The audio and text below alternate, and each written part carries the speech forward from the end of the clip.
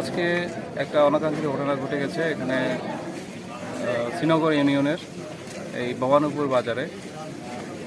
এখানে যেটা হয়েছে যে মৌটুপির যে বংশীয় বিরোধটা আছে, সেফাতুল্লাহ পক্ষ এবং তোফাজ্জল গ্রুপ, এই গ্রুপের বিরোধের আজ এসে লেগেছে এখন এই ভবানীপুর পর্যন্ত। ভবানীপুরে এখানে স্থানীয় নেতৃবৃন্দ এই বিরোধের মীমাংসার জন্য আজকে একটা মিটিং ডেকেছিলেন এই ভবানীপুর বাজারে। সেই মিটিংয়ে তারা স্থানীয়ভাবে এই বিষয়টি, বংশীয় বিরোধের বিষয়টি ফয়সালা করা বা মীমাংসা করার জন্যই বসেছিলেন।